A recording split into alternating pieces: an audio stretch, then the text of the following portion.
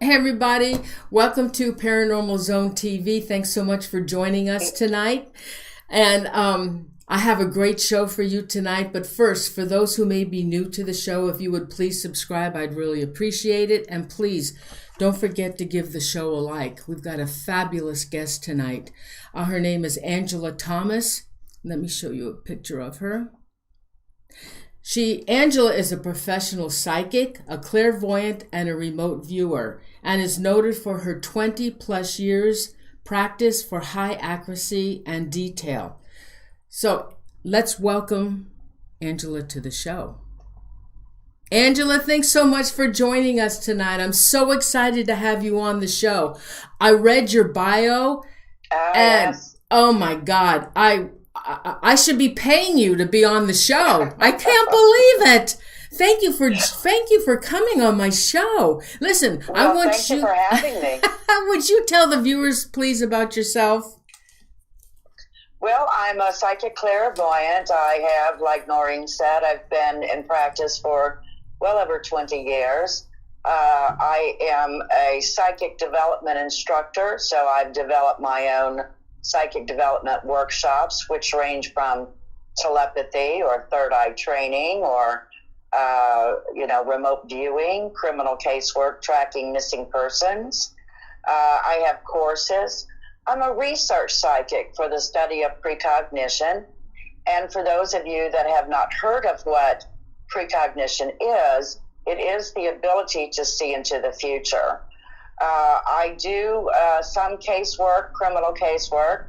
So having retrocognition, the ability to see the past, is important as well. So I am well-rounded, and I've been around for quite a long time. Oh, now you have something happening. Is it this weekend? What are you doing? Yes. Oh, yes. My gosh, I'm in teaching bliss. On Saturday, I am teaching a third eye training, 2-hour workshop. It's how to stimulate and open your third eye. And then on April the 3rd, which is my most exciting work, is a combined workshop with remote viewing and criminal casework tracking missing persons. So that's a 5-day workshop that goes 2 hours every Saturday for 5 Saturdays. So you get, 10 hours of solid instruction and practice while you're in the workshop. So I love that, that work, tracking missing persons. And how can they sign up for this? They can go to my website, psychicangelathomas.com, and they'll see psychic development and just click on that and click into the workshop and choose the one you would like. Awesome. Okay, so now, before I start my conversation with Angela, let me tell you a little bit about this case, okay? All right, so this is the Delphi Murders from Delphi, Indiana. It's an unsolved 4-year-old murder case. 8th graders Abby Williams, 14, and Libby Germain, 13. On February 13th, 2017, there was no school that day, and the girls were bored and wanted something to do. Well, Kelsi, Liberty's sister, told the girls that she was going to visit a friend and she would be passing by the historic trail near Monon High Bridge. Here, let me show you a picture of this. Let me see. This whole thing now is kind of... Here we go. Hold on. All right. Okay, this is the bridge. Hold on.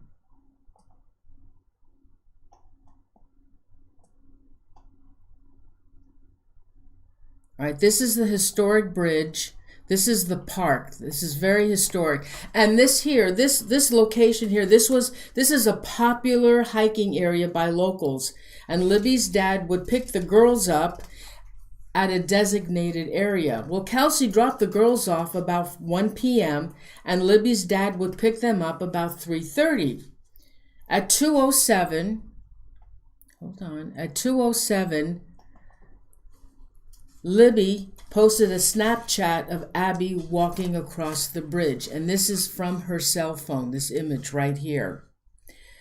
At 3:30, Libby's dad is at their agreed pickup spot, but no sign of the girls. He called on the cell phone, but his calls became unanswered.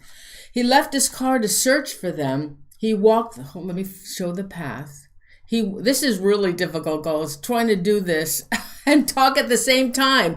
He left his car to go search for them, and he walked their path that they would probably have taken. At 4 p.m., with no sight of the girls, he called Libby's grandmother and Abby's mother, and he asked for their help in the search. Now, both families were searching for the girls, but they were unable to find them. At 5:30 p.m., the police were called. A full search was underway. Around the same time, Libby's phone went dead, and the search ended with no answers that day. The next morning, the search resumed with canines, divers, and the FBI. Around noon, hold on for a second.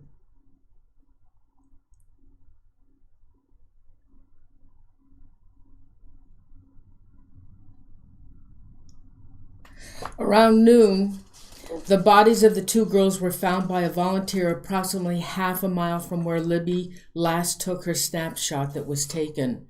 The next day, the autopsies were completed and no other information was given by the police on how they died. All right, hold on, guys.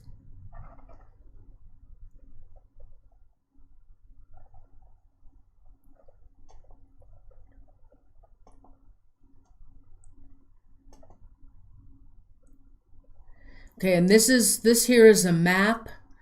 You could see where the drop-off was, and then if you go over farther, circled is the bridge, and then just a little ways up is where the bodies were found. And the upper picture up there is the actual location, visual location. It's a photo of the man. There's a photo of a man that was released by the police, and this photo was taken off of Libby's phone. Right, there he is. They also released a small audio clip taken from the phone, and in the clip, the man, you could hear him say, "Down the hill." Why the video was taken is still a mystery to the police, but they think it was a conscious decision by Libby to film this man because she sensed something might be wrong. On July 17th, police released a sketch of what the suspect would look like. Okay, let me find that.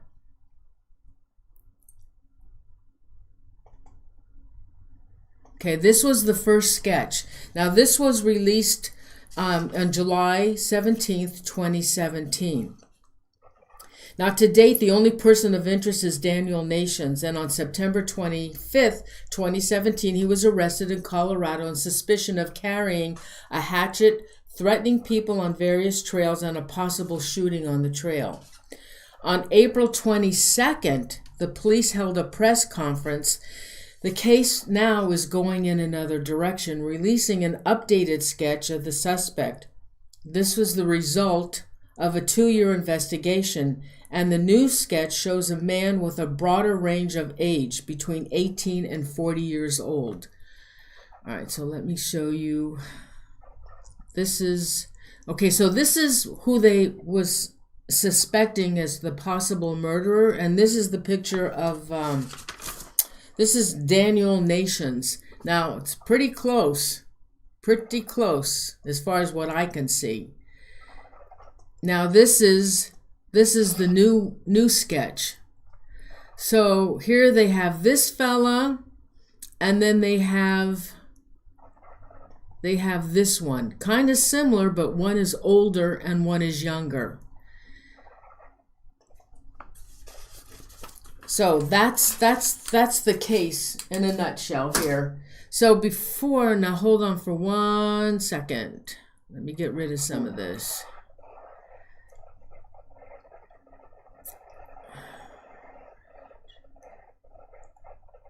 Okay. All right, so now I'm going to start with Angela Thomas, and I have a lot of questions for her. So I want to start with Angela. Yes. I want to know, was this a coincidence that he was on the bridge at the same time the girls were? No, that was not a coincidence. This is something that was planned on this individual's part.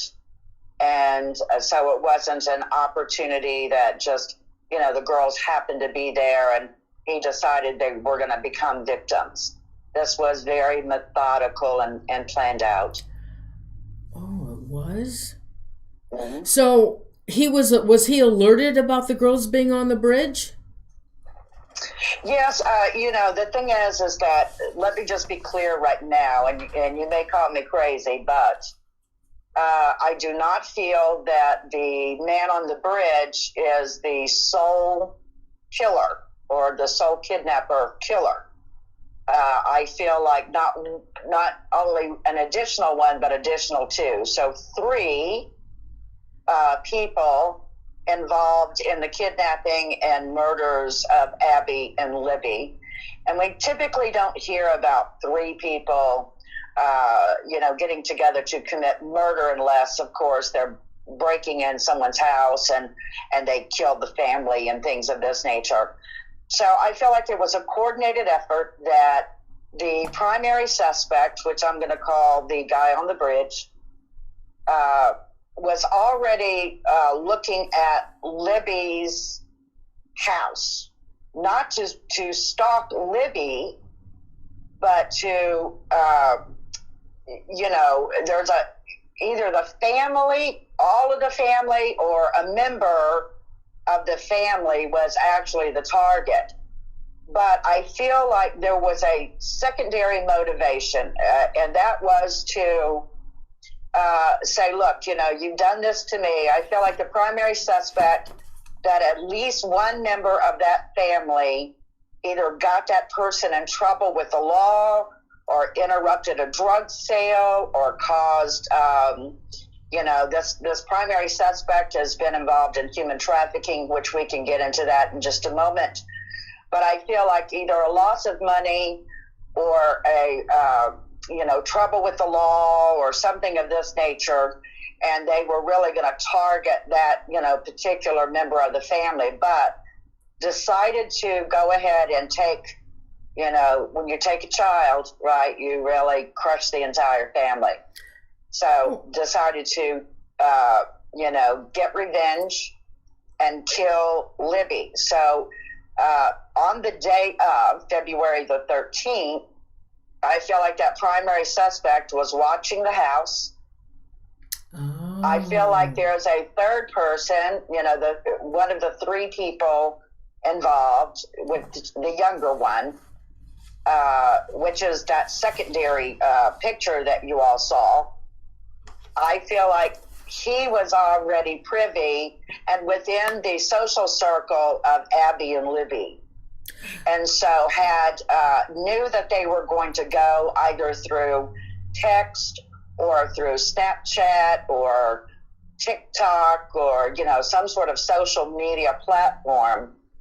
And so just confirmed that. And so they, of course, conspired to kidnap the girls and, of course, kill the girls. So I don't feel like it was accidental that, hey, they kidnapped the girls and something happened to them and then, let's go ahead and kill them now because, they're injured or something of this nature. It was very much a angry revenge thing to do. So did Abby know him? No, Abby did not know. Okay. Abby did not know, and Libby did not know. Now, I can tell you, as far as the youngest person out of all 3 men, she would have known that individual, but not socialized with that individual. So I feel like that individual, the youngest male, was either a brother or a cousin or, somebody within one of her friends' family. And that's how she knew him. So you're thinking there were three of them. I know there were three of them. There were three of them. Yes. Okay.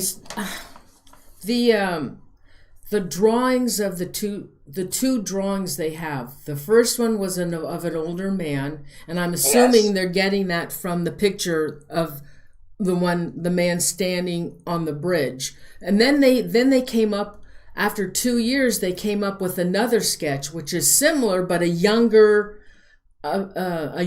image. Are either one of those sketches correct? They're both correct.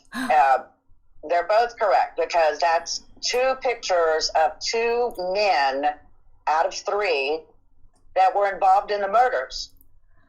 So to me, the youngest person is between 18 and 25. I don't feel like it goes all the way to 40 years of age. The youngest one is between 18 to 25 years of age. And the guy on the bridge would be somewhere between 35 and 45 years of age. I don't feel like it goes all the way to 55 or beyond. The third guy is, to me, the older one, which would be anywhere from about 45 to 55 years of age. And here's the thing. They all know each other, and I feel like the two oldest men were the ones that were really miffed about either the loss of money or maybe getting in some sort of legal trouble, or, they have a criminal record, so maybe having to return to jail or whatever.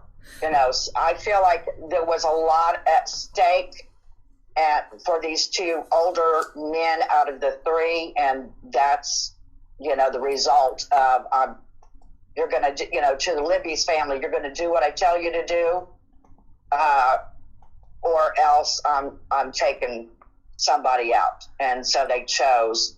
But here's the thing I picked up on, very interesting. I've worked several days with this case, Noreen, and normally if I do a case, I just spend, a few hours on it and that's it. But I've gone back in, and I have to say to you that I feel like Libby's family, that there was more than one family member. So whether that was the biological mother, the biological father, or a brother, or I feel like there was more than one member of the family that knew what was or could happen. I feel like the murderer, I'm going to call out of the three, I'll just say the primary suspect, had already made threats. I feel like they have not been open and honest with law enforcement about what was said to them by the primary suspect. I feel like that at least one, possibly two people out of Libby's family have done their own, let's call it, illegal things. Really? And that, that's why they haven't been fully telling the story to law enforcement about the primary suspect and the threats that has occurred. So I know that, I don't know which girls, who had the grandparents. I know that there was some loving grandparents involved in one of the girls' lives, which would be more consistent than, the other girl's family. So I am not including the grandparents in that. So I would say it would be more like a mother, a father, a brother, something like that. All right. So again, I just want to, those two sketches, the first and the second, you believe are correct images or sketches? Yes, but those are two individual men. Right. Okay. Gotcha. Okay. So what about the third one? So the third one, which to me is the oldest one, between 45 and 55 years of age, this particular guy, and the primary and the tertiary. So these three planned on doing this deed because they all had the losses. So whatever one of Libby's family members did, or two of Libby's family members did to maybe interrupt their illegal doings, I feel like they all three had something in common, especially the oldest two men, the primary and the secondary suspects, that they both were going to take losses, or they both were going to go down, or maybe they were going down. So anyway, yeah, it's just so convoluted, this whole case. So, I know I've heard, like, they think that this guy on the bridge was the only murderer and things of that nature, but that's not true. And there's more than two. So, but the pictures that you have seen online and that the police department or the sheriff's office has issued out is correct. It's just that's the primary and the tertiary suspect, but there's one other one in which has not been given any sort of sketch to. And is that because? But okay, so how do you think they came up? All they have here is the man on the bridge. Now, how did they come up with this updated, after their 2-year investigation into the case? How did they come up with the second image that was younger than the first? Well, I think that, you have different accounts from different individuals, and I'm sure that they interviewed a lot of different people that were out and about that day in that area. And so I feel like, a certain amount of people saw the first sketch and other people saw the secondary individual sketched, male that was sketched. So I don't feel like, that some group of people had a misinterpretation of what he truly looked like.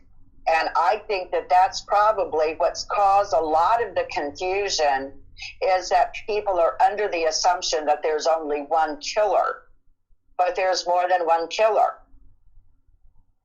I watched the documentary that they had on television. And they've only shown it once, and that in that show, I don't believe if it was a police officer or somebody that was involved in the investigation, but they said that they believe that the timing and the evidence could be off. Right. And, I have to say, and I won't go into any detail on that, so I'll be cautious in my answer when we start to include law enforcement. And I don't feel like the law enforcement is actually the police department. I actually feel like that's coming from a sheriff's office. So I do feel like that there was one within the sheriff's office that knew the primary suspect, that purposely caused things to slow down, to be offset, and so on and so forth, to protect the primary suspect, because somehow, and again, I won't say much about that because I don't want to be sued, or the sheriff's department come knocking at my door. But I do feel like there's one within that had some sort of dealings, I'll just call it maybe business, or some sort of gain that a sheriff, I'll just say deputy, I guess they're still called deputies, a sheriff's deputy and a primary suspect had together. And that's about all I can say here on your show. But there is a big question mark. And if anybody, who has followed the case has been questioned on why was this not done and why was that not done and why wasn't this put into place, that is because, for the reason that that particular officer was indeed in, I'm going to say, cahoots, or at least gained some sort of benefit from the primary suspect. So I don't think that they were all buddies and pals. I think it's, hey, it's just business. You know, I get a personal gain, and I, you know, allow you a little bit more time. So, and I think that it's because of the time that, you know, the girls disappeared, and then they had that search, and then the search was called off very early, and then resumed on Valentine's Day, where they did find the bodies. But the thing is that I feel that that was done intentionally to give, you know, that primary suspect and the two others that were involved in the murders some time to do what they needed to do. I can say to you right now, Noreen, that where they found the girls is not where they were killed. Okay, that was one of my questions. Right. Okay. And that's why they really, you know, they needed that third male involved to help with, you know, handling the girls and helping to transport those girls to where they killed them and then bring them back. Why did they do that? I think that it was because the girls did not die instantly, and so it was to get them out of a place where, you know, they screened, because here people were walking along those trails and, you know, throughout that area, and as I understand it, there's residential homes not too far from where these girls were found. So if the girls made any sort of noise, then it may have alerted a hiker or people that are living nearby. So I feel like they moved them to another place, and I do feel like there was some sexual things done to the girls, and then they were killed. And here's the thing that kept on repeating in my mind, and I know this sounds a little, you know, disturbing, but it's all disturbing to me, is I feel like one of those suspects had some sort of knowledge about, you know, when somebody is killed, their blood pressure, it takes time for the blood to settle in the body before, like if you cut them or stab them while they're alive, or just if they died, if they took their last breath, and you did anything else with the body that would cause any sort of cuts or abrasions or injuries, you're still going to have a lot of blood. So you have to wait for at least 45 minutes to 1 hour for the death of someone if you're going to you know, have to do anything with the body. Like, you know, even a coroner, for example, couldn't just go in right after somebody has died and start to do any sort of forensic, you know, autopsies or anything like that. They have to wait until the blood pressure goes down. So why is that important? Because I feel like that's one of the keys to one of the suspects. I feel like either one of the suspects was into like some sort of taxidermy, or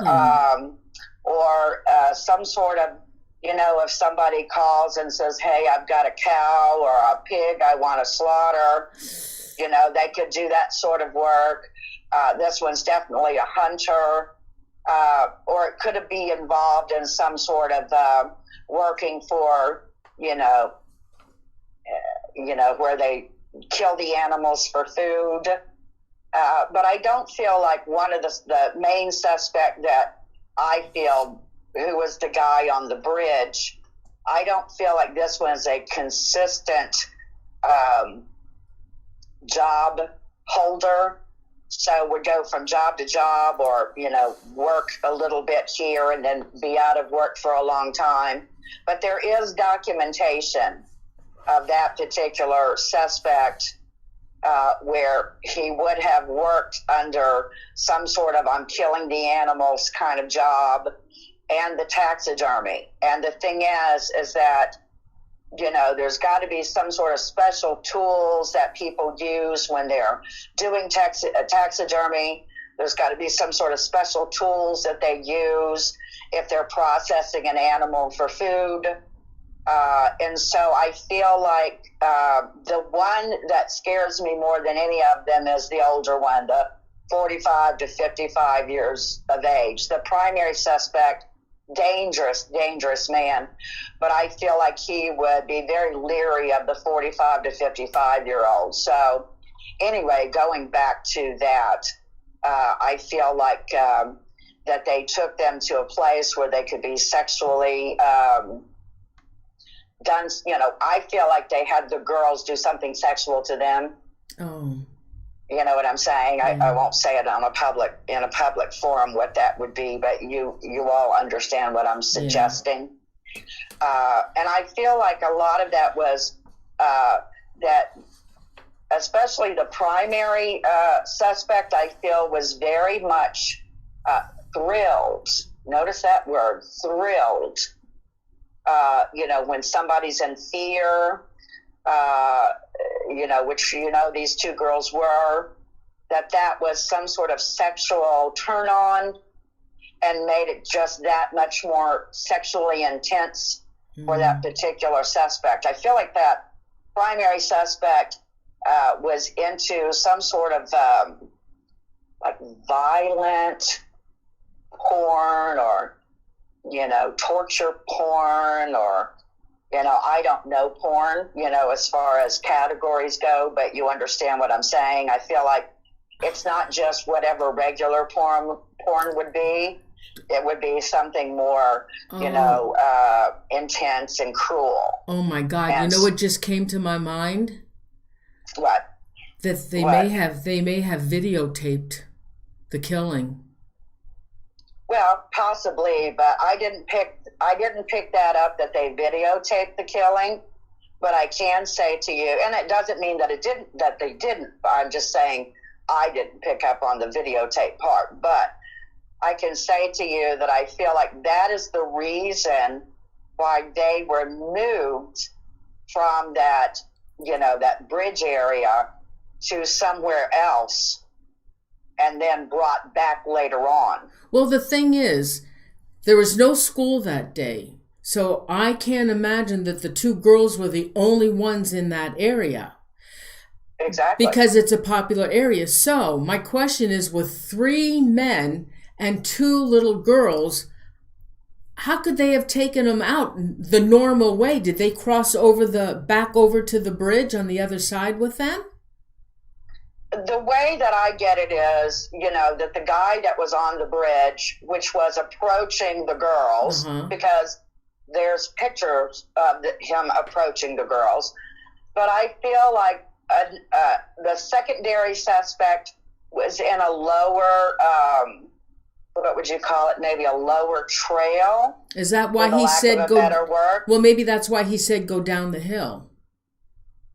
Well, anyway, here's the thing. I feel like the secondary suspect was on a lower trail behind the girls, and that when this guy approached them and told them to go down the hill, that the guy that was behind them came up and, of course, contained the girls. 2 men can contain the girls. I feel like the third suspect then was already down that hill, right? That the third suspect was already waiting in place because they had planned this. And so I know this sounds crazy, but this is not a typical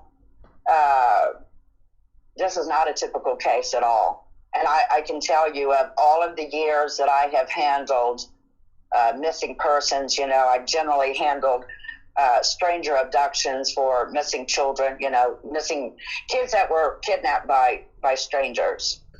I've handled some criminal cases, but out of everything that I've ever experienced throughout all the evil acts that these criminals performed or did, I've never come across a situation like this before.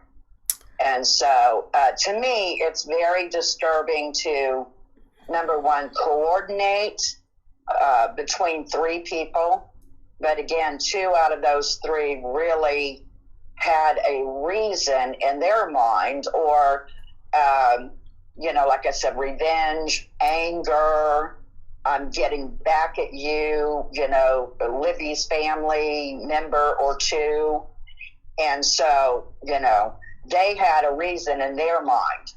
Well, the third one, I feel, was more of a gopher for the primary suspect.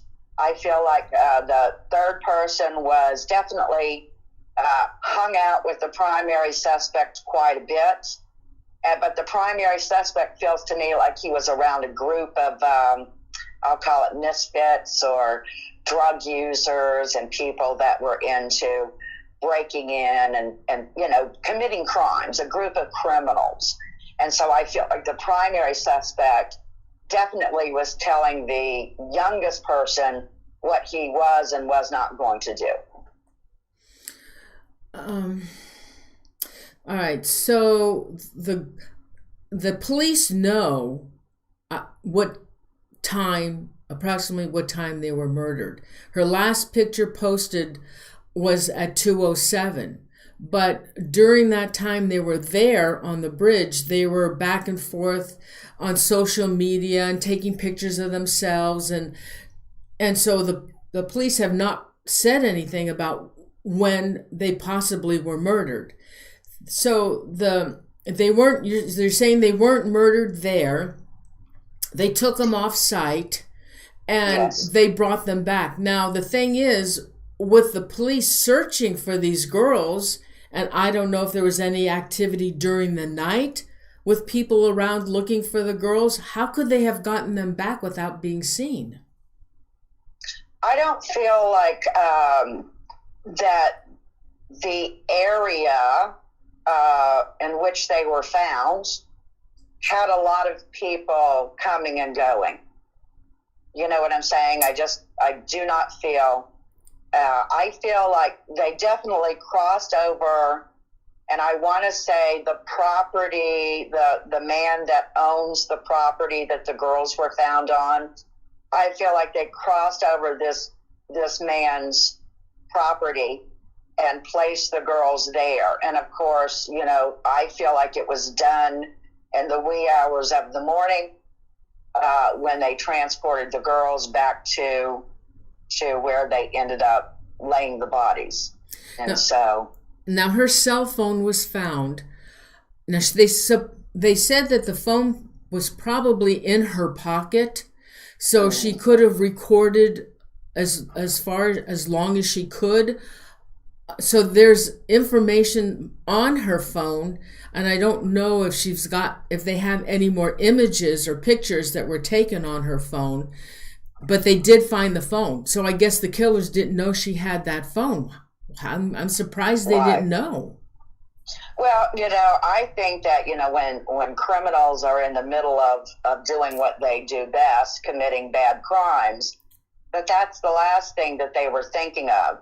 These girls didn't sit still and allow these men to do with them whatever they pleased. I mean, both of these girls resisted, and I'm sure, that these men were busy trying to handle the girls and do to the girls what they wanted to do to the girls, and the cell phone was the last thing on their minds. Well, I'm thinking, I don't feel like they purposely go, oh yeah, I want them to find the phone and guess who I am, guess who we are. I don't feel like they were ever privy of the phone to begin with. I have a feeling that she may have thrown the phone down. Possibly. Yeah, before she was taken away. So somebody would find it. And like I said, I don't know if you can pick up anything else that she may have gotten on her cell phone, but the police have it, but that's not being released. And I imagine they may be doing that for a reason. But they also now, so these three men are they? Did they come and visit that day? Do they have relatives, or are they actual locals of the town? I feel like two of the three do not live in the Delphi area. In other words, they don't live in Delphi itself, but I do feel like they live, in what I would call outer towns in the small region. But one of them feels very much like he has returned to Delphi. I feel like he lives outside of what town, so you've heard that saying, oh, he or she lives on the outskirts of town. I feel like this person lives on the outskirts of town. In other words, you can't walk out of your door down a sidewalk and start shopping. So I feel like, away from the, like a main street or a main shopping area. So living on the outskirts. So very much somebody that is, one of the three is in the Delphi area, which I call on the outskirts of town. And the other two are in these little, these little towns that shoot off in the region, in the small region. So I can say that the secondary suspect, the one that, just gives me the heebie-jeebies, really, 45 to 55-year-old, would have a history not only in Indiana, but also in Illinois and especially Michigan. I do feel like the secondary suspect has been married. I didn't feel any sort of to his side right now. So would have been married at the time of the murders, would have had children in the house. So whether that was his children or children, grandchildren or whatever, I can't tell you. But I can say would have been under, married with children and would have participated in some sort of, sports or music, because I feel like the kids or, members of that suspect's family, were involved in sports or involved in music. So would have shown up at these type of, let's say, events that somebody was going to have a musical performance or some sort of sports game going on. And so, whether that's basketball or baseball or softball or soccer or whatever, there's so many different types of sports. But I feel like, people that would see him would go, oh, that's just, so-and-so, who generally is solo. So I feel like there is a documented incident report. So when I say incident reports, somebody calls 911 and a sheriff or a police officer shows up, that incident report is going to remain on file whether or not anybody pressed charges or whether anybody was arrested. So I feel like there's incident reports to document, choking, punching, and abusing his wife at the time. And so I feel like she did some sort of protection order or, some sort of whatever that document is to keep people away from you after you separate. And so, but I do know that at the time of the murders, this one was married with children. I know a lot about this guy because I spent quite a few hours just focusing on him. Do you think that the locals recognize those sketches? I feel like some people in the area would recognize the sketches.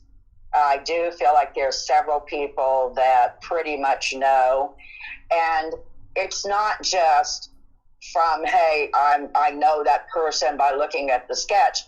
I think that the people that are really, who truly know who these two men are among the circles that those men run in. So they're either doing drugs, like meth or heroin or fentanyl or whatever the popular drug is in Indiana. And so I feel like there's several of their buddies, these criminals' buddies, that go, yeah, we know who did that. I feel like it's conversation among those people that are associated with those criminals. I do feel like there's a couple of people that didn't know, them personally, like socializing with them, that would recognize who they are. But I do feel like they're in fear. I feel like they feel like if I go out and tell the police who those two men are, then they're going to come back and kill me or kill my family. That they're going to do the same thing to me or to my family member that they did to Libby and Abby. So that's why nobody's speaking up. They're afraid. Right. Wow. So it's just one big mess. But like I said, it is unique. I do want to say I have confidence in the investigators. I have confidence in the FBI. And again, this is not your normal case. It's just not. And so I can imagine, so many tips coming in, and every phone call, every fax or email, they have to look into it. So there's only so many of them, so much time in the day. And so, it does take a lot to investigate a case. I wouldn't want to have to be an investigator, but I do have confidence that they will solve the case, and I feel very soon. And I also feel like that youngest one out of the three men, I feel like that one is getting ready to get into some like big legal or do something so terrible that he's caught at it. And I feel like he's going to be the one that sings about what occurred, for the opportunity to have less of, when he's sentenced. So I know that they're going to resolve this case, and soon. And I feel like they have already spoken to all three of these men. Really? So these are not, yes, I don't feel like these are strangers that they've never come across. I'm going to let you know, I can tell you that they've talked to them probably more than once. Do they have a record, a police record?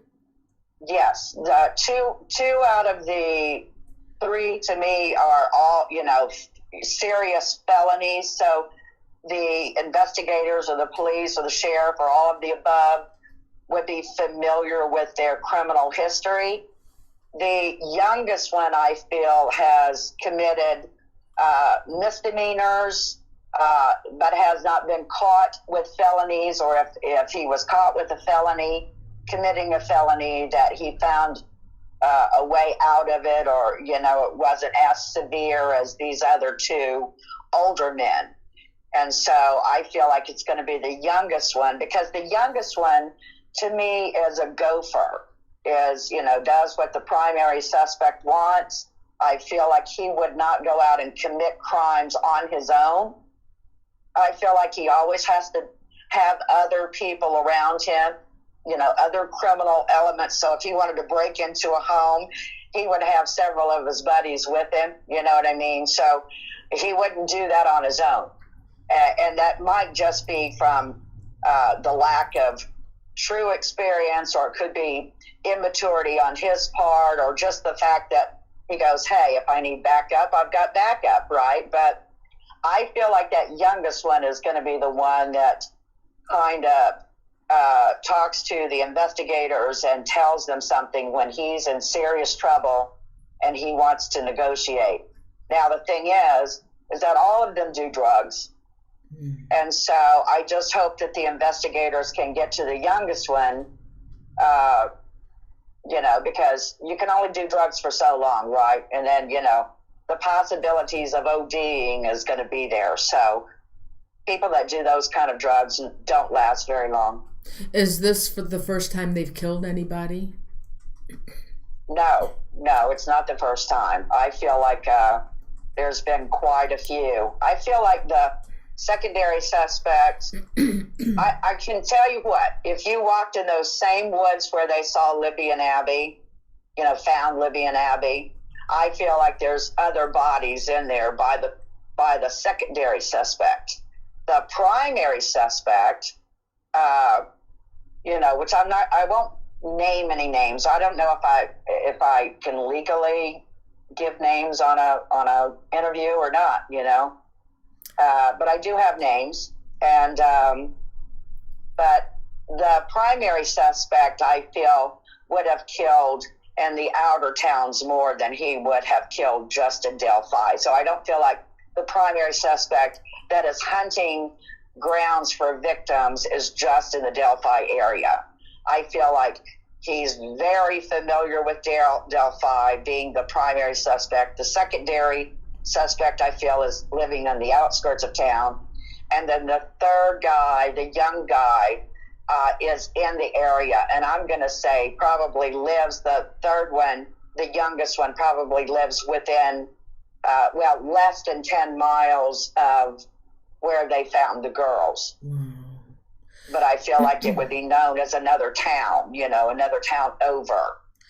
Do you feel that any one of them have any remorse in killing two little girls?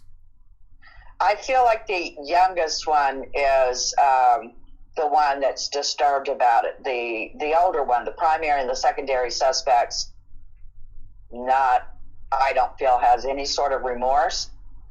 This is things that they've done as individuals, as well as now here they've collaborated on a murder of two girls. But both of them have murdered before. And they, from what I've gathered just through going through the case, I feel like, definitely from 10 years old to maybe 25 years of age is pretty much their age of victims, because generally that age is more vulnerable. And even a 25-year-old, you may know some 25-year-olds that would go, oh, it's not going to happen to me because I'd put up a fight, or I'd shoot them, or I'd, hurt them. But that's not always the case. And so there's a lot of 25-year-old women out there that certainly, although they may be physically fit and capable of defending themselves, they're not always going to have the upper hand. So anyway, yes, I do feel like they have, I do know that they have killed others. I want to say their primary suspect, I can say I feel like has done human trafficking, and so human trafficking to me is, not just prostitution, like, hey, I'm going to grab this little 15-year-old girl and I'm going to prostitute her out. Human trafficking to me also includes, I've got this girl and I'm going to sell her over to, or I'm going to give her over to so-and-so. And, whatever, I get money out of it and she's gone. I don't know her. I don't care. I don't have anything invested. So I feel, though, that primary suspect has done that with boys as well, but primarily girls. But a few opportunities to make money with boys, and I think that has happened as well. So that primary suspect, to me, is, well, besides being crazy, right, a sociopath.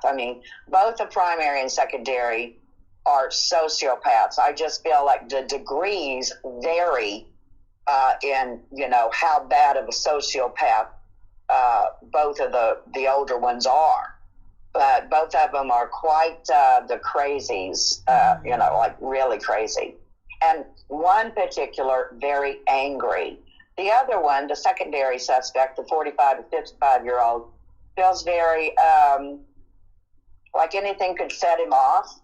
You know what I mean? The kind I'm talking about, can be happy one moment and lovely and good company, and, you look at them the wrong way or the wind blows the wrong way and boom, very angry. So it wouldn't surprise me if that secondary suspect not only as a sociopath, but also would have a history of maybe being bipolar. Mm. Wow. You know, we have some questions from the viewers. Is there anything else you want to add before we take questions? No, we can, there's so much. I have got so much material on this case. So I'm ready for questions. Okay.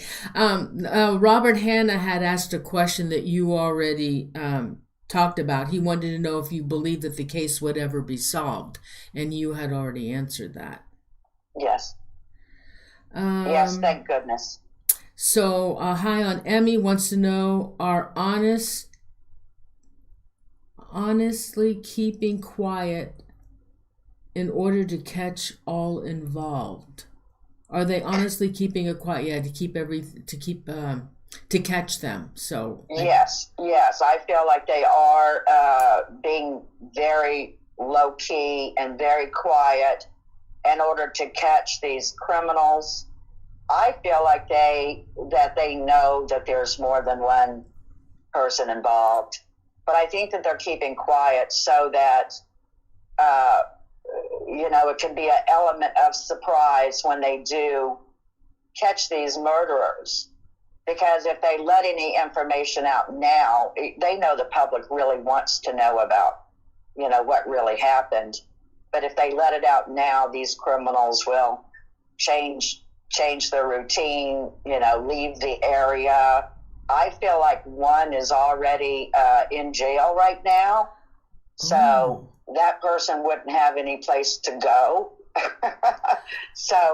But would definitely change the story. So, yes, they should keep it very quiet. I was thinking that the last picture they posted was at 2:07, and the father got to their location where he was to pick them up at 3:30 and called them, and there was no answer. Now, is that a biological father or a stepfather? No, it was her biological father. Really? Yeah.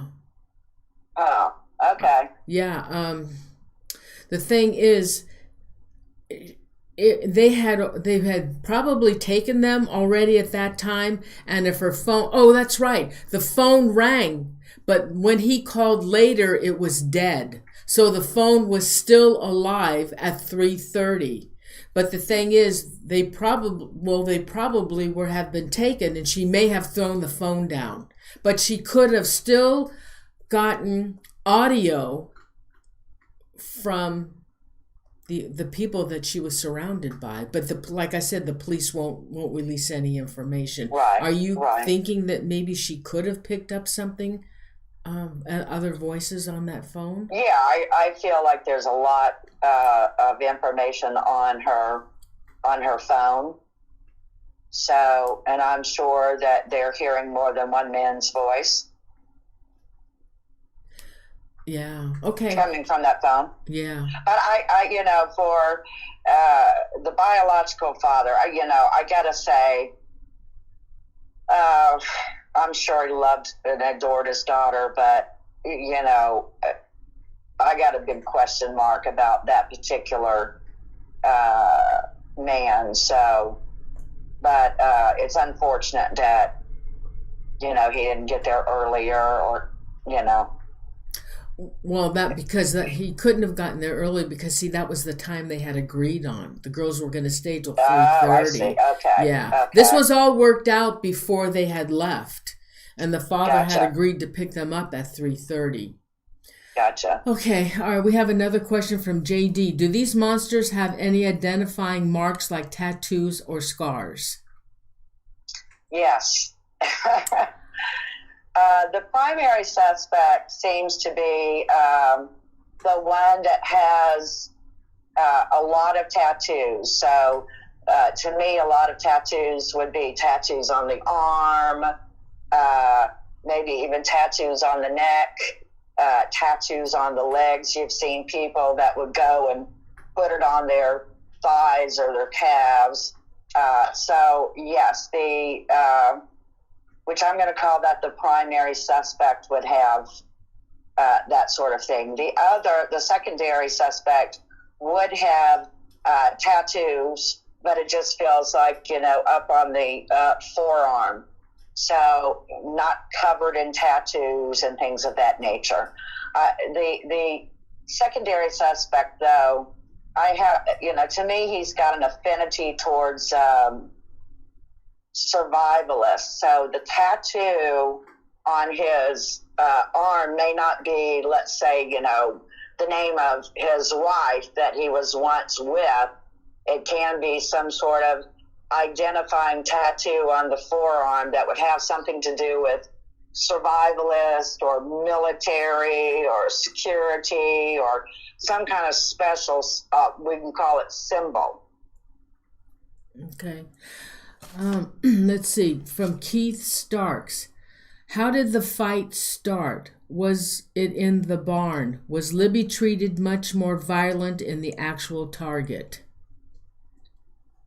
I'm glad you asked that question. The thing is that, whether a barn did come up as one of the potential structures. I couldn't see, when I was remote viewing, I couldn't see the face of the structure. I could only see the interior of the structure. But here's the thing I got about that structure. Those cellars, old food cellars that people used to use, they would be on the ground and you would open up the door and you would step down into the cellar. Well, I can say to you that I feel like that the structure, it could have been a barn, a shed, some sort of traditional structure, but I felt like that there was a cellar either right outside of that structure or on the inside of that structure. And I tried to let that go, like psychically, you get hit with all kinds of information. And I thought, no, let's just stick with the structure. But it surfaced again and again. So I'm going to say that that would be easy for investigators to look at structures in the area, in a 10-mile radius, right? To look at those structures and see where the darn cellar is.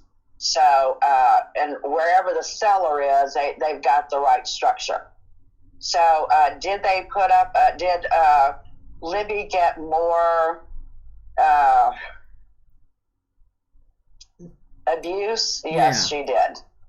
She did. I feel like Abby was more of a quick thing after these killers used these girls for their sexual gratification. But I do feel like Libby fought, and when she fought and was defiant, that even made, especially the primary suspect, just enraged. Because both the primary and the secondary suspects, their whole MO is you do what I say to do. They're not going to talk to a man so much. Maybe a man that they have under their thumb, they would talk that way too. But they're not going, somewhere between 10 and 25-year-old females, they expect them to obey, is what I'm trying to say. Mm-hmm. So I feel like that Libby really was, injured quite terribly and abused quite terribly because of her resistance and not doing what they expected her to do. Do you think it's possible that when they did take the girls, they must have said terrible things to them, which scared the heck out of them, and so they just went quietly? Well, I think that, at one point I do feel like that Abby was dead long before Libby was. And I felt like Libby was in and out of consciousness. So, but what was your question about being scared? Yeah, I was wondering when the fellow got off the bridge and told him to go down the hill, Obviously, he was met up with the two others, and there's the girls. The girls were scared to death, I'm sure. Yes, oh, absolutely. And so because they may have said things to them where it scared them so much that they weren't going to make a peep. And so they went quietly with them. Well, I don't feel like they just, went along quietly. I feel like there was some resistance at first, and I feel like there was intermittent resistance, especially when they got them to the location where I feel like a lot of the sicker sexual things occurred. So I feel like that they put up a fight with that.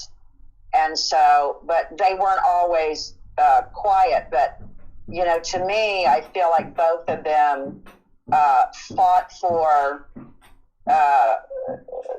themselves. In other words, no, I'm not going to do that, and fought until they were forced to. That land that they were on, there was a house not too very far. And the man has a house there. Do you think that those killers knew that man? I feel like one of the killers knew that man. In fact, I thought, maybe the primary suspect, I feel, knew that man.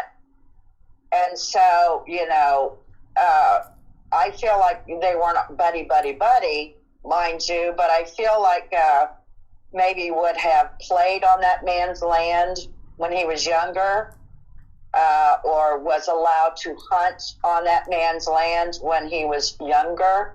So I feel like there's a familiarity with that particular one.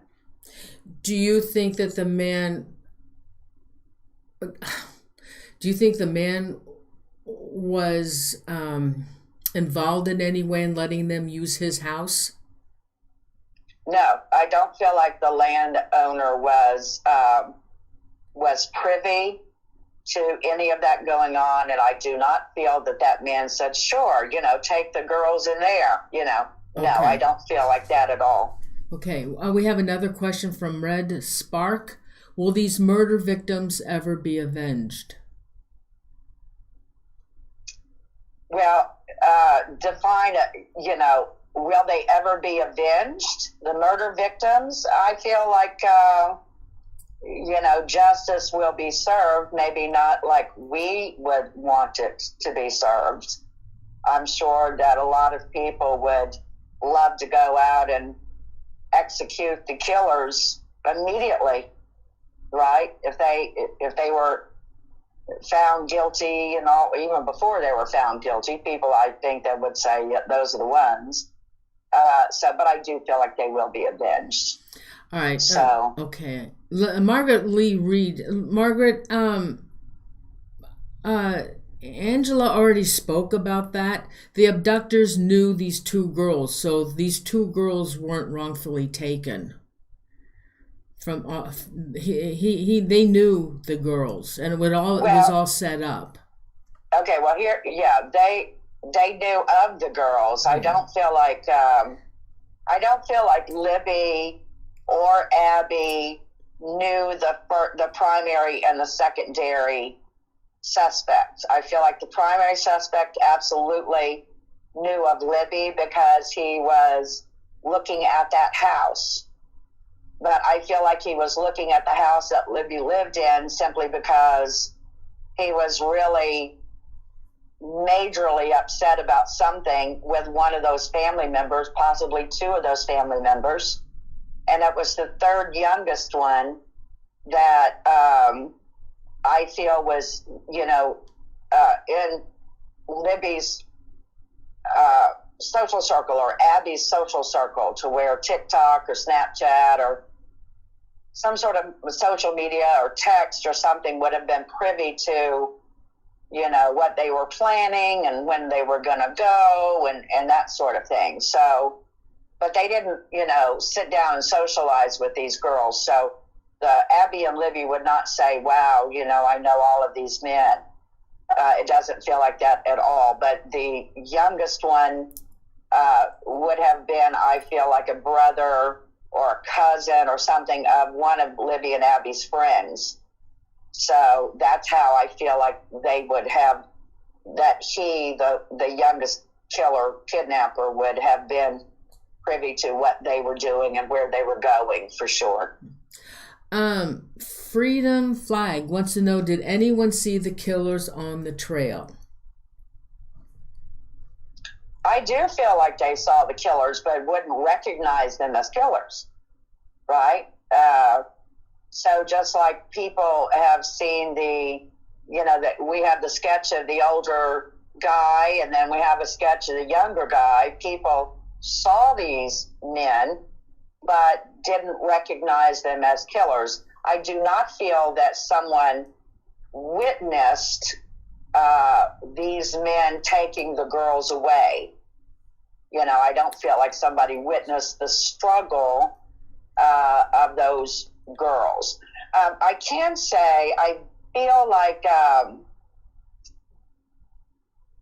oddly enough, I'm glad you asked that question, because somewhere in looking over this case psychically, I had the impression that maybe someone was out snapping pictures, like, oh, look at the beautiful trees, or look at the, whatever they're snapping pictures at, and may have caught a picture of one of the men with the girls, but it didn't look, suspicious, I guess, threatening or unusual, you know what I'm saying? So I don't feel like that person would have hung around and watched the girls or watched the man or anything like that. So it would be interesting if that individual would look through their pictures, and maybe that individual did, right? You never know. They may have forwarded that photograph to the police department or the sheriff's office. Well, with that second sketch of the younger fella, then don't you think somebody must have seen him and described it to the police? And that's how they got that image? Somebody had to have seen the guy in order for there to be even a sketch, right? Yeah. But I'm saying that somebody wouldn't have said, wow, now there's a young killer, right? Wouldn't have recognized that the man was guilty of anything. And, just think about how we all are out and about every day, or almost every day, maybe not in this lockdown, but under normal circumstances. And how many times do you think that we pass up people that are murderers, thieves, drug users, human traffickers? We have people that are, kidnapped and used for sex trafficking every day, and they live in our communities, and we don't notice. So it would be like that, that people that were there that day in that area would have seen these men, but not, thought anything about it. Oh, there's a guy, or there's a guy with a girl, or whatever. Wouldn't have given it a second thought. Okay. Keith Starks wants to know, did he kill 2 girls in Iowa? Ooh. That I can't tell you. I just felt it, though. Ooh. But that feeling it is not saying one way or the other. So that I cannot answer if he killed girls in Iowa. I can always take a look at that. Of course, I wouldn't do it on this interview, taking a look at it psychically, because, that's a different approach. But I can always look into that. Yeah. But I don't know on that. So yeah, I'm not going to make something up just to have something to say. Yeah, and that's all he said. I don't know anything about the case. So he didn't say anything about it, who the girls were or what the circumstances were. Sure, right. Sure. Tall Cross from Scotland. He wants to know, does the girls' family suspect and know who they are? I would say that Libby's family is suspect of the primary suspect. That Libby's family knows the main one. Why? Because I feel like Libby's family received the threats from this particular primary suspect. And again, I feel like they did something that triggered this guy. Again, whether he lost money or was going to go to jail or going to get in trouble or whatever. So Libby's family did, but I'm not saying that every family member knew, mind you. I'm saying that, I feel like, the mother and the father, or at least the father, I've got a big question mark. And I don't know why I keep on thinking that there is maybe a brother or a cousin that would be coming to that household, to the Libby family household frequently, that would be older, so older to me would be, maybe somewhere between, say, 20 and 30 years of age. So I feel like there's at least two members of Libby's family. Abby's family just seems, that they don't know really anything. They would not have suspected unless somebody throughout the course of 4 years would have been talking to them about the potentials. Like this is what's been going on behind the scenes all this time. But I feel very confident that Libby's family, like I said earlier, is not being, they're omitting. There's the word. They're omitting some information. And I'm going to say especially the fatherly figure to Libby is omitting information. Again, I feel because it's the fear of retaliation on him and the rest of the family. And also, I don't feel confident that that the father of Libby and even this other guy that I keep on thinking is somewhere between 20 and 30 years of age, that would be related in some capacity to them. I don't feel like they feel easy about their own doings. Maybe they're doing something that they would get in trouble about, in trouble with the law. And so to me, there's reasons for omission. The way I look at things is that if an individual is omitting information, they're giving a false impression of how things are. And so therefore they're lying. It's a form of lying in my mind. Now, maybe somebody else may not think about that, but, or think the same way I do. But if you're omitting and giving somebody an impression, and those other people that heard you just say that are basing that off of facts, that must be factual, then it is lying to them. So, but I have a feeling that probably the investigators have probably investigated all of the family members, right? That's what they do. When somebody comes up dead, they look at the closest people around them. Yeah, first. Well, in that documentary, they had the grandmother, the mother, the father, the sister. And what documentary is that? That was on television, and they only showed it once. Okay, well. Yeah.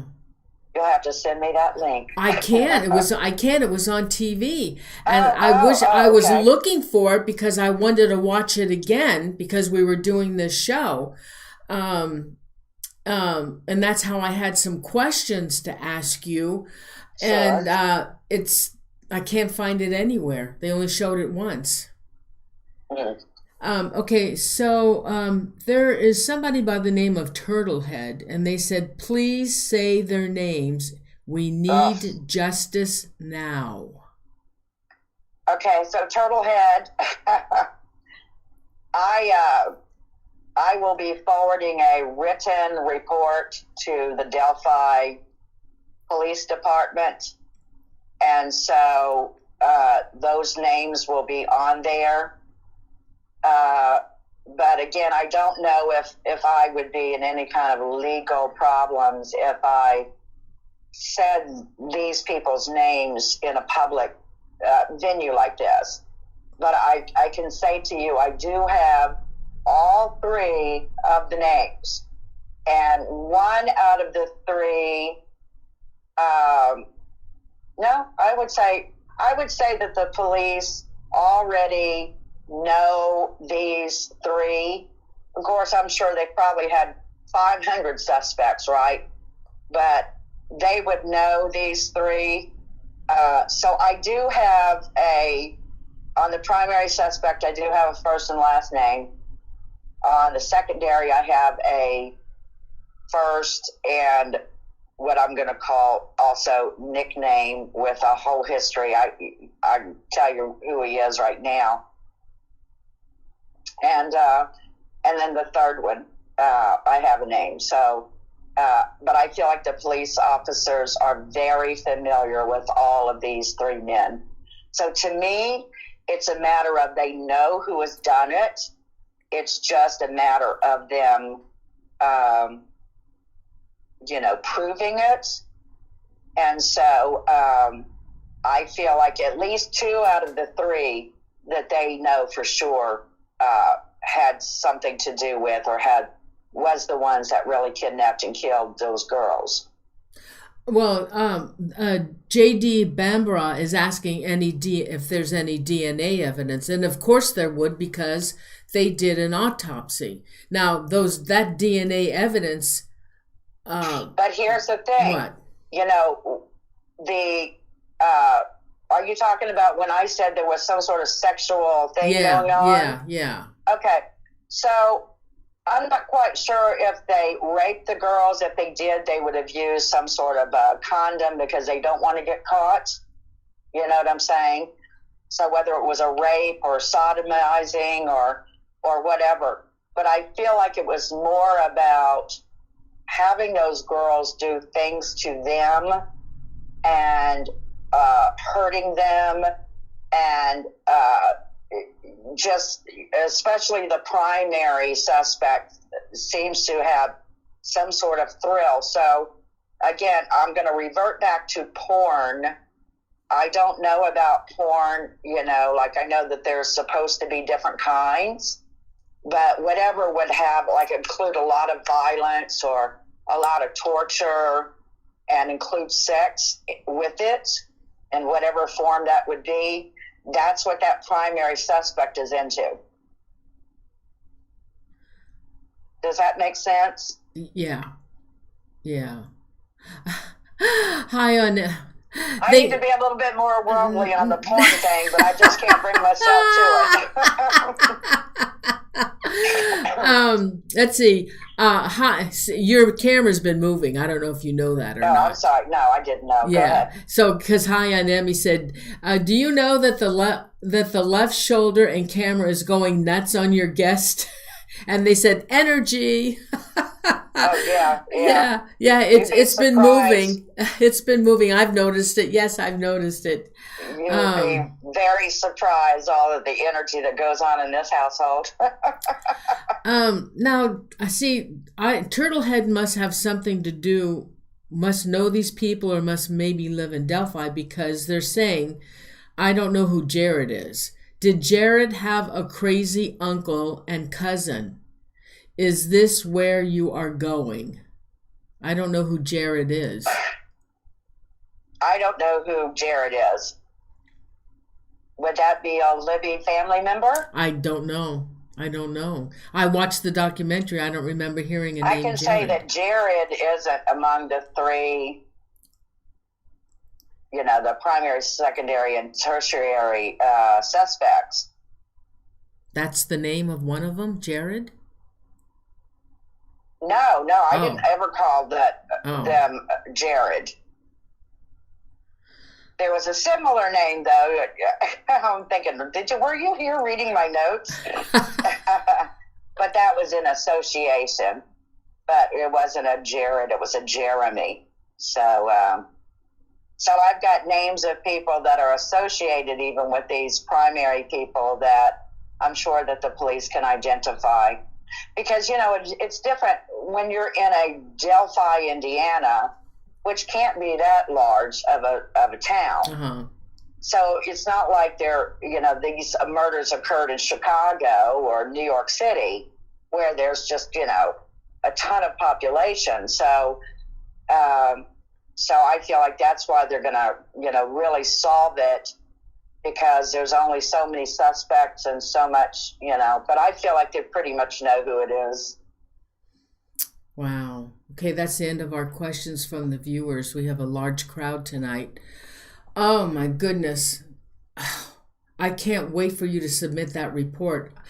I want, personally with me, we don't have to tell anybody else, but I want to know if they actually do something with your report. Well, that's one thing that you can't guarantee that they're going to.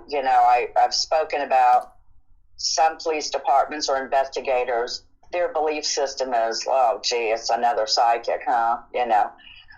So they don't believe in it, or sometimes somebody with intuition is not very detailed. They're very general or very abstract. Well, I'm not that way. I'm very detailed and all of that. So what's in my report's going to be detailed. Yeah. So they can go with whatever, and I know that they've got all of these people working to solve this case. So I'm sure they can go down the list and go, yeah. Angela, when you with all your psychic tremendous abilities that you have, more than I know from anybody I've seen, are you ever able to get in contact with the dead spirit? Well, I haven't tried to get in contact with Libby or Abby. That might be something that I do.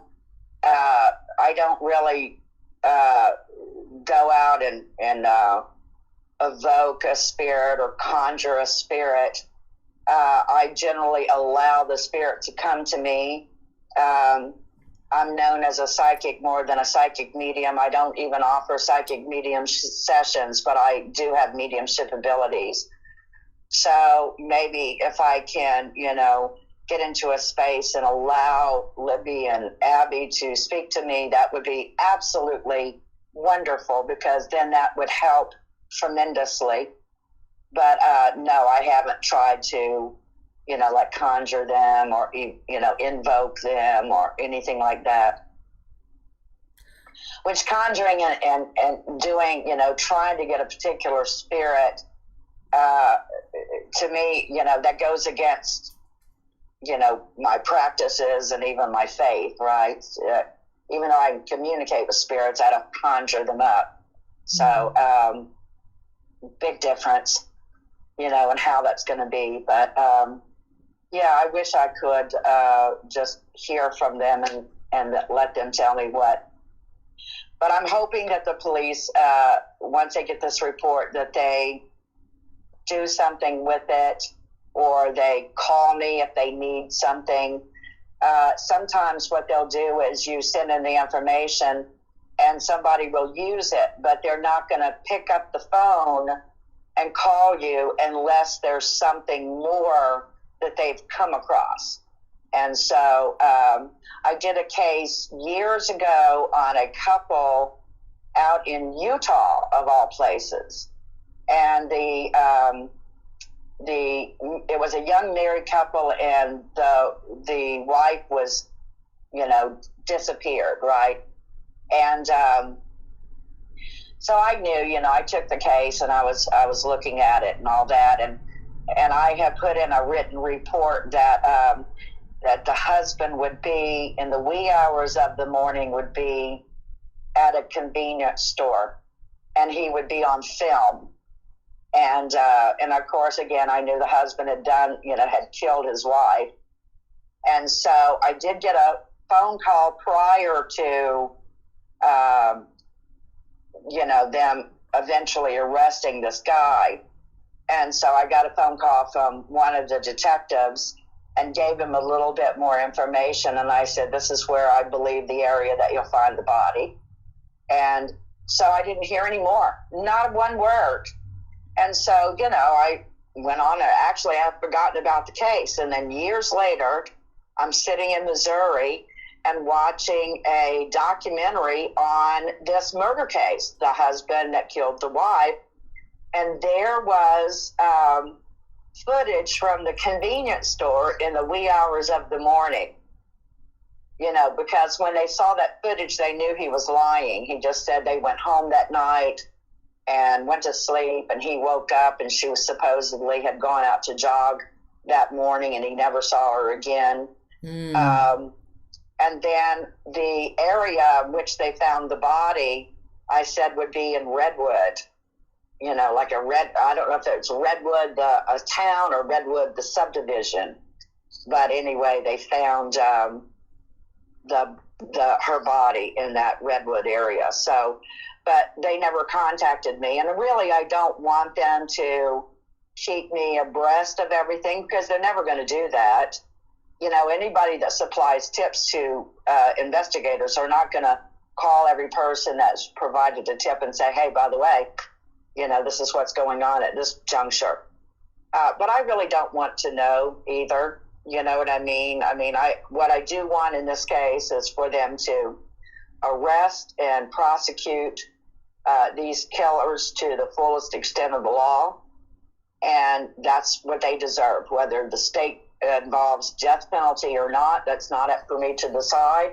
I know what I would want.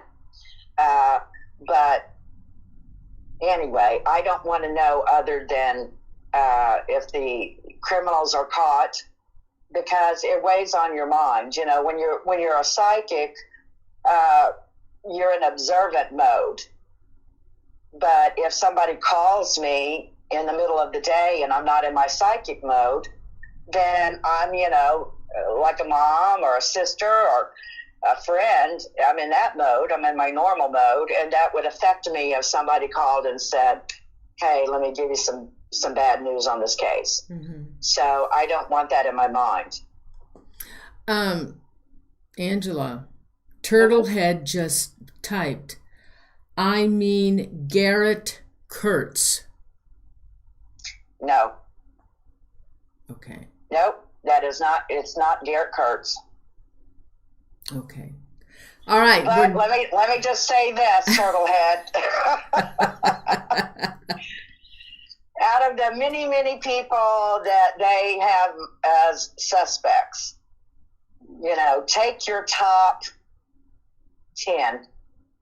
Take your top 10. And the primary suspect is on that top 10 list.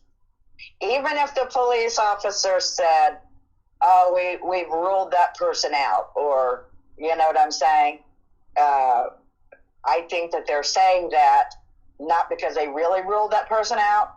I think that they said that because, that's what they would say, but, they wouldn't really close the door or close the case on that person not being a suspect. I think that everybody's a suspect until the case is closed, but especially, one or two people that they've said, we kind of released that, they couldn't have done it, or, we've just let them go. No, they haven't. They're still on that suspect list. And I can guarantee you that the primary and secondary suspects out of all these three men are on their suspect list, or let's put it this way, there has been on their list, and I believe still are. And they've also interviewed that young person as well. So these men are not unknown to the investigators. And that's why I think it's going to be really solved. And that youngest one will squeal when he's up for negotiating, his sentence. Yeah. I think so too. Well, if I find out any information and any updates, I'll let you know, because I have your contact. Yes, yes, I would love to know. I want to. We'll all have a party.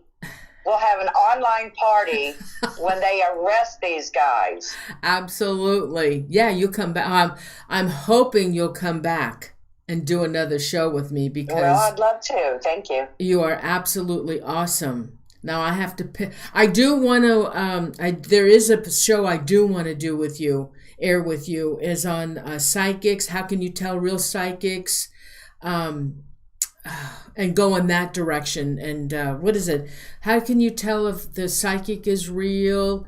Right. Yeah, I did a show on Gaia, Beyond Belief with George Norrie, and talked about psychic scammers.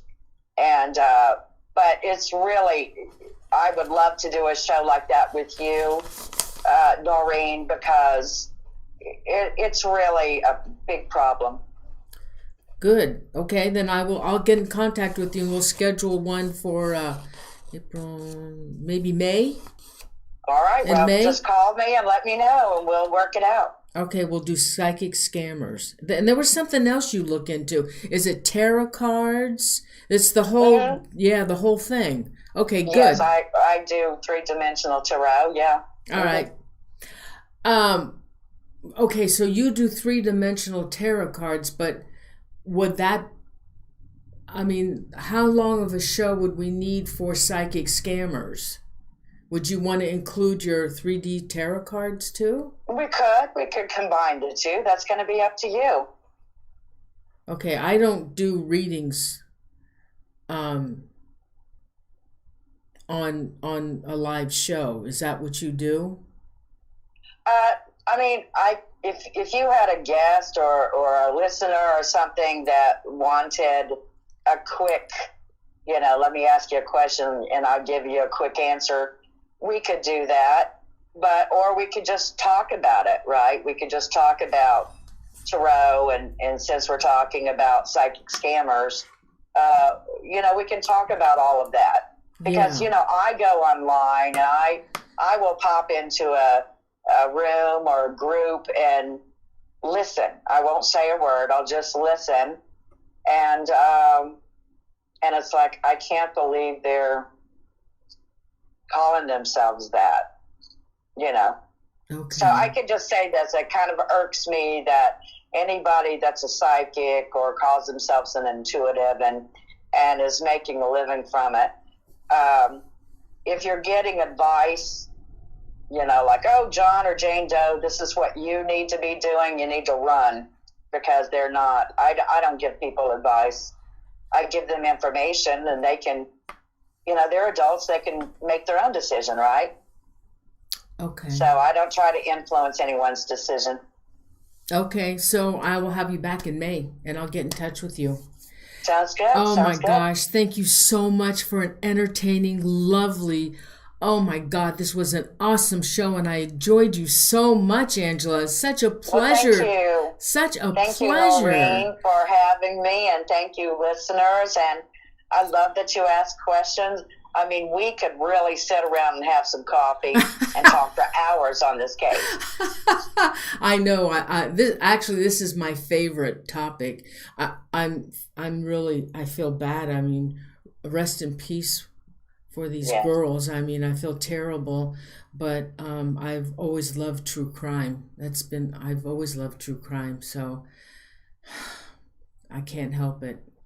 All right, so thank you so much, Angela, and I'll be in touch with you. Thank you. And I just can't thank you enough. Thank you. The viewers loved you. We had a big crowd tonight. Thank you so much. Thank you. Good night, honey. Good night. Good night, everyone. Good night. Bye-bye.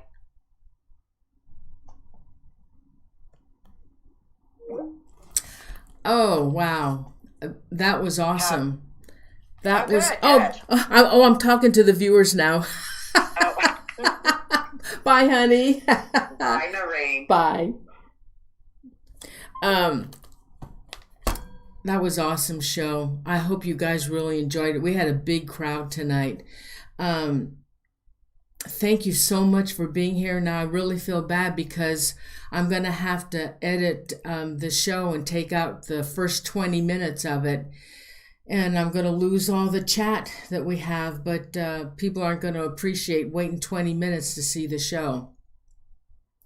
So, good night, everybody. Thank you so much. I know I had super chat money, and it's really, really difficult. Let me see if I can go back and find it. It's so difficult to do a show by myself. I mean, showing the pictures is tough while I'm talking, and it's just really difficult. I wish I had somebody to help me. And I see I can't go back, but I know I got super chat money. And I wanted to thank you personally, but I have no way of knowing. I'm looking back as far as I can on the chat room, and it won't give it to me. And I'm really, really sorry, but whoever you were, I know there was 2 of them. I really appreciate it, and I thank you so much. And for those who have I got new subscribers tonight, thank you so much. I really appreciate it. See, everybody's leaving now. Did you want me to do some shout outs? Let me see how far back I can go. Yeah, see, I can't go back any farther. Oh boy. You know, if you email me, I can give you a shout out the next show. ParanormalZoneTV@gmail.com. And then the next show, I would love to thank you for the super chat money, but I can't find it. And I can't, like I said, doing a live show is tough enough as it is to look at the chat. And I'm really sorry, but I really, really appreciate who sent me the money. So I can do some quick shout outs. Cowboy Trucking, Dust Bunny, Jessica Luna, Chippa Terry, thank you for modding tonight. Renee McDowell, thank you so much for being here. Turtlehead, you just subscribed, thank you so much. The Haglin, Jessica Luna, let's see, who's left? Kathy Helmuth, Tallcross, my buddy from Scotland. Rich Salvo, Ted Olson. A lot of you have left. Keith Starks. Cowboy Trucking, Hidden Existence. Let's see. Anybody a lot of people left, but that was a nice crowd tonight. Really, really nice. Margaret Lee Reed. Anybody else? Drew. Oh, Drew! I'm having Drew back. Awesome, Drew. I'm gonna have Drew back. I don't know if you're still there, but I'm having Drew back. He's the one that we did the disappearance of the 5 fellas, and we're gonna do a show on the Zodiac. He's also an expert on the Zodiac. I gotta schedule him. Thanks, Drew. Nice seeing you. Let's see. Robert Hanna. Anybody else? Did I miss? I know. Well, everybody's leaving now. Judy Roman. Let's see. Paranormal Pixie 78. If you're still there, Paranormal Pixie, yes, I've done a lot of shows on unsolved cases. Yes. The other shows I've done were with, what's her name? I forget her name, but I have a lot of those. Mama Joe Buffalo. Oh, it's been a long time, Mama Joe. Layla 3460. Layla 3460. Let's see. Anybody else? J.D. Bambara. Michelle Nicholas. San Plano. Anybody else? I don't know if you saw the documentary that they aired on television on this Delphi Murders. It was really, really interesting. Really interesting. Ellen B. Oh, I talked with Angela about the Lisa Lamb case. Has she got information on that? I don't know if it's worth a whole hour show, but I might have her talk about that in one of our shows, the Lisa Lamb case. She knows. She's got info on that, her psychic info. Andrew, Gnomes and Trucking Express. Diane D. Anybody else? Freedom Flag.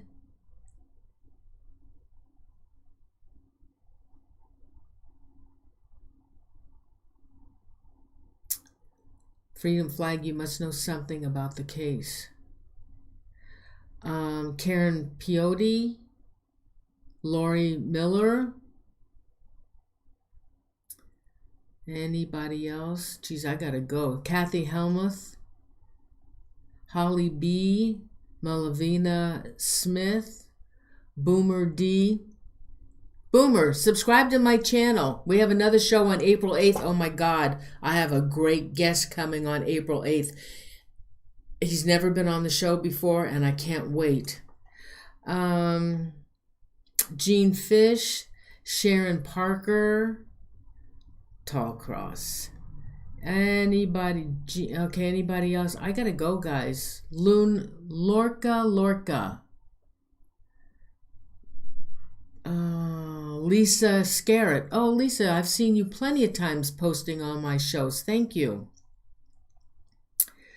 Okay, anybody else? Did I miss anybody that's still live here? Oh, thanks, Red Spark. It was really great to have her on the show, really. Joni Sullivan, Nicole Johnson. Hi. Meta Kitty 33. Oh, you know what? I was going to take an image, a picture, and show you and give you the guy's name. I have it on my calendar, and I don't have my calendar, but he's going to be a fabulous guest. He's going to be, I can't wait to bring him on. That's April 8th, and I'll make an event up on my channel. You can always check my channel. And please, guys, if you're new to the show, please subscribe to my channel. I'd really appreciate it. Yeah, Lisa, I know. I asked Angela. I said, can we do an hour show on it? Maybe. And she said, well, there's not really much to it, but she knows what happened, and I don't know. Maybe I can do 2 cases on the same night, because that one won't take up a whole hour. So maybe the other one we do might take up a whole hour. Anyway, I'll have her talk about it. Hi on Emmy, yes. Sun. Okay, all right. I'm gonna go now. I think I got everybody. That's Joni Sullivan. That's still alive here on the live show. Yeah, we're down to 139. We had a big show tonight. Okay, I'm gonna go. And sorry, guys, it's getting late now. Thank you again so much for being here. I really appreciate it. And I'll see you on April 8th. Don't forget, okay? Love you guys. Thank you so much for being here. I really appreciate it. Thank you. Good night.